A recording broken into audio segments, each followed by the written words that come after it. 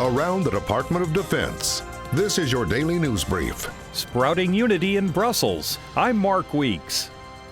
The U.S. military's top general and 28 other allied chiefs of defense are in Brussels attending a meeting of the NATO Military Committee, the alliance's highest military authority. The chairman of the alliance's military committee said the allied defense chiefs are reviewing all alliance operations, including Afghanistan, which is a high priority on NATO's agenda. Chiefs of Defense reiterated their support for the NATO-led mission to train, assist and advise the Afghan National Defense and Security Forces and institutions.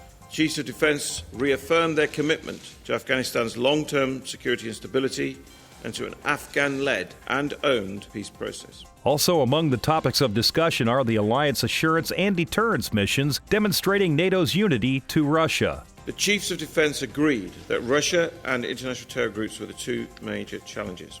Discussions focused on continuing to monitor Russia's posture, as well as on the importance of keeping NATO-Russia military-to-military lines of communication open.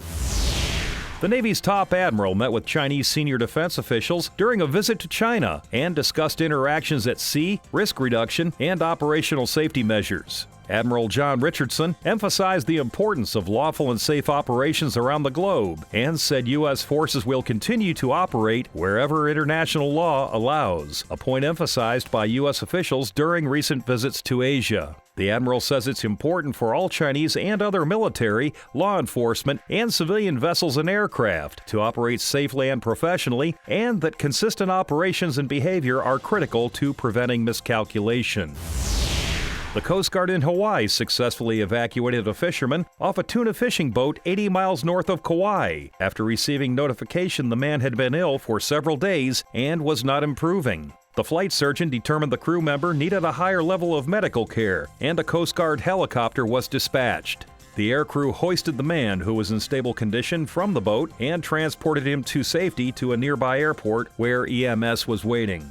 That's your DoD News Brief. I'm Mark Weeks. For more stories about your military, go to defense.gov.